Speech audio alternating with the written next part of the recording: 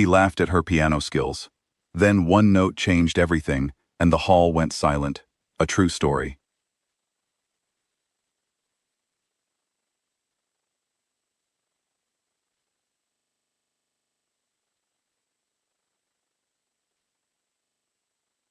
No piano quietly, holding a plain brown folder against her chest.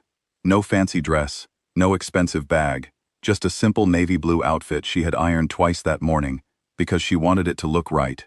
She stood near the entrance for a moment, looking at the rows of wooden chairs, the tall ceilings, the heavy curtains that lined the walls, the kind of place she had only ever seen in pictures. Her name was Nadia. She was 34 years old. During the day, she worked at a hospital, cleaning floors, mopping hallways, changing bins. She woke up at 5 every morning, finished her shift by 2 in the afternoon, and then went home to a small apartment where a secondhand keyboard sat in the corner of her bedroom. That keyboard was her world. She had been playing since she was 23. No teacher, no classes. She learned everything herself, watching videos late at night, replaying the same 10-second clip 50 times, until her fingers understood what her ears were hearing. She played when she was tired. She played when she was sad. She played when she couldn't sleep.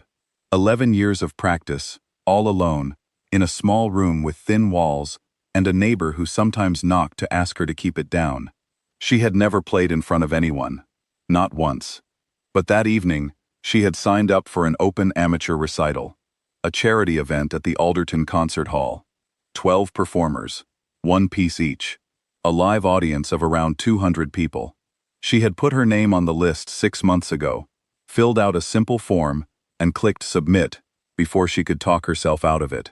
The reason she signed up was sitting in the third row. Her mother, Zura, was 70 years old. She had been unwell for some time, the kind of unwell that doesn't get better, only slower.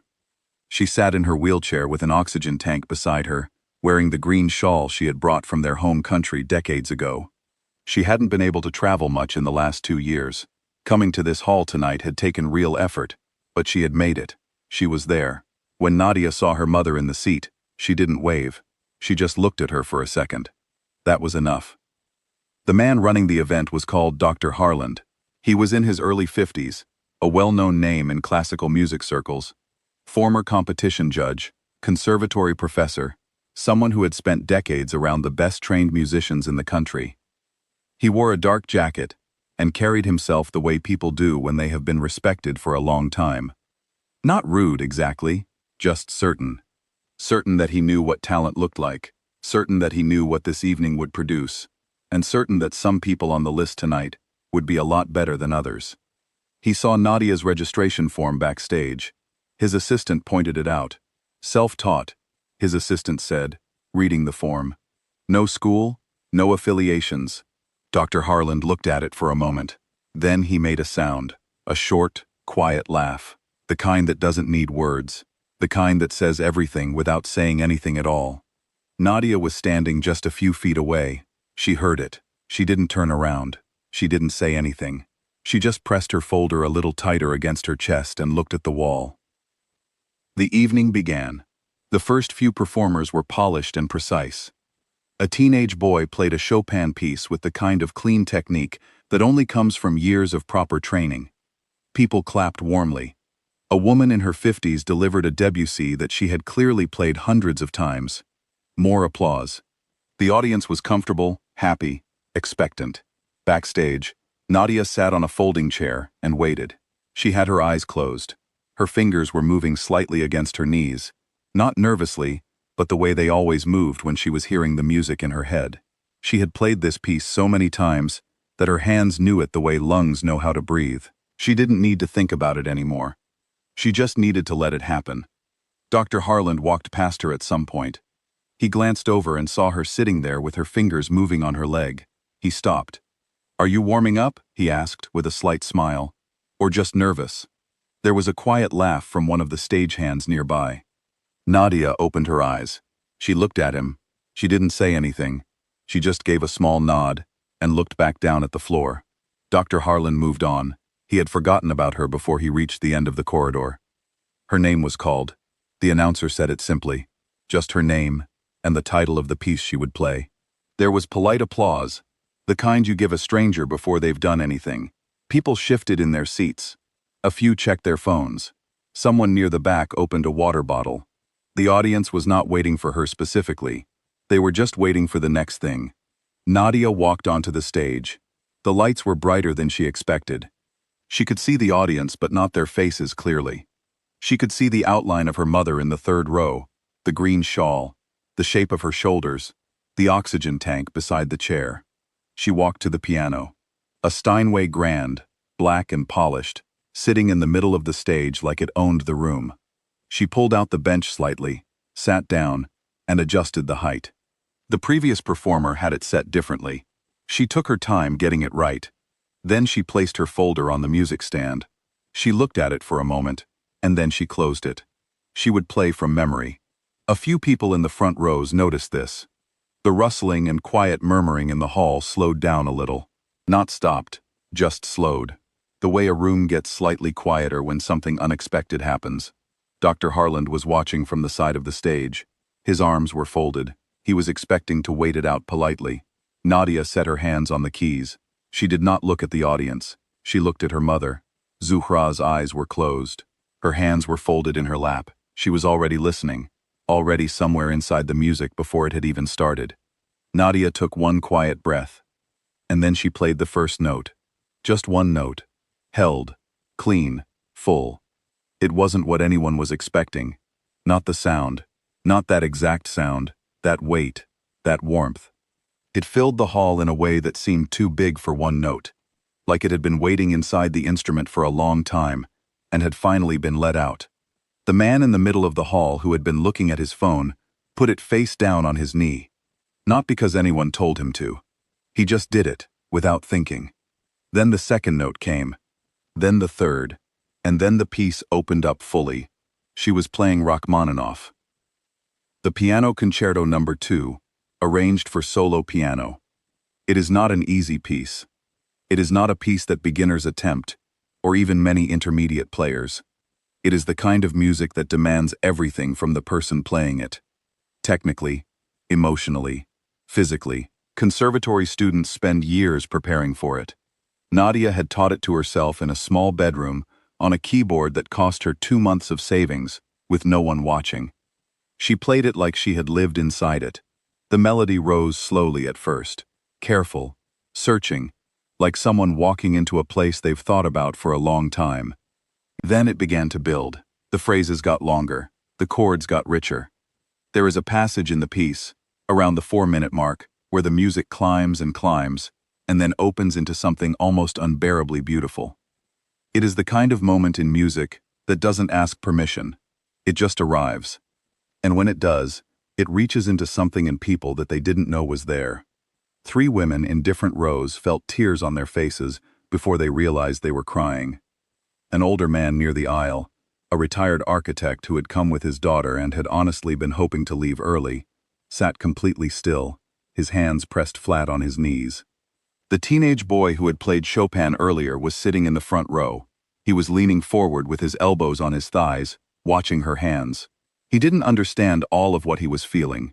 He just knew he couldn't look away. Dr. Harland had taken a step forward from the side of the stage. Then another. He was standing in the wing now, watching. His arms were no longer folded. He stood with his hands at his sides, very still, the way a person stands when something has quietly changed inside them, and they haven't quite caught up to it yet. He had heard thousands of performances. He had judged competitions.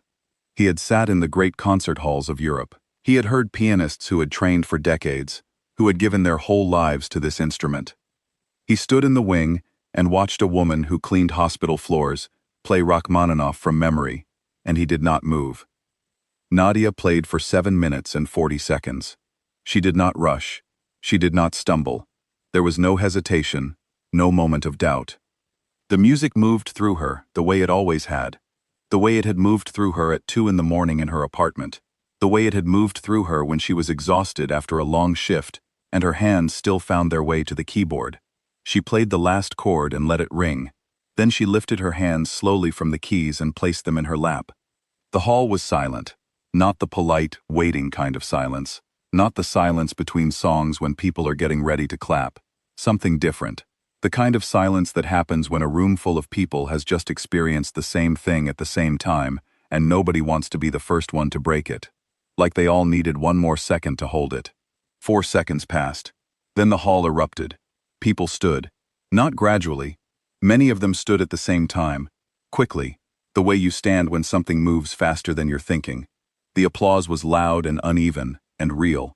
Someone near the back called out something. A shout of appreciation. Wordless. The teenage boy in the front row was already on his feet. He clapped hard, looking at her the way students sometimes look at teachers they have just discovered without knowing it. Nadia stood up from the bench. She didn't raise her hands dramatically. She didn't smile wide for the crowd. She just stood, looked once toward the third row, toward the green shawl, toward her mother, and gave a small, quiet nod. The kind of nod that contains 11 years. The kind that says, I did it. I did it for you. We made it here. Zuhra's eyes were still closed, but her face had changed. Something had relaxed in it. Some tension that had been there for a long time. Her lips moved slightly, and if you were close enough, you might have caught the shape of a single word. But it wasn't meant for anyone else. It was just between her and the music. Backstage, after the event, a journalist named Tariq found Nadia near the exit. He was there covering the charity evening for a culture magazine and had watched the whole performance from the back of the hall, with his notebook open, but his pen still. Can I write about you? He asked. Nadia looked at him for a moment. You can, she said. But please don't make it a big story about winning or proving something. That's not what it was. What was it? He asked. She thought about it honestly. My mother wanted to hear me play in a real hall. That's all. That's the whole story. Dr. Harland found her a few minutes later. He didn't say much. He didn't apologize, not in words. He simply walked up to her, reached into his jacket pocket, and handed her his card. If you ever want to play somewhere like this again, he said, call me. Then he turned and walked away. Nadia looked at the card. She turned it over once in her fingers. Then she slid it into her brown folder, next to her handwritten notes and the sheet music she had written out herself years ago. She didn't know if she would call. Maybe she would. Maybe she wouldn't. What she knew was that this evening had already given her everything she came for. Outside the hall, she pushed her mother's wheelchair through the main doors. The night air was cool. The street was quiet. Above them, the sky was dark and clear. Zuhra looked up at her daughter. Was it everything you imagined? She asked, her voice soft. Nadia thought about it for a real moment. The lights, the keys, the silence before the first note, the sound that came back to her from the walls of that beautiful old hall.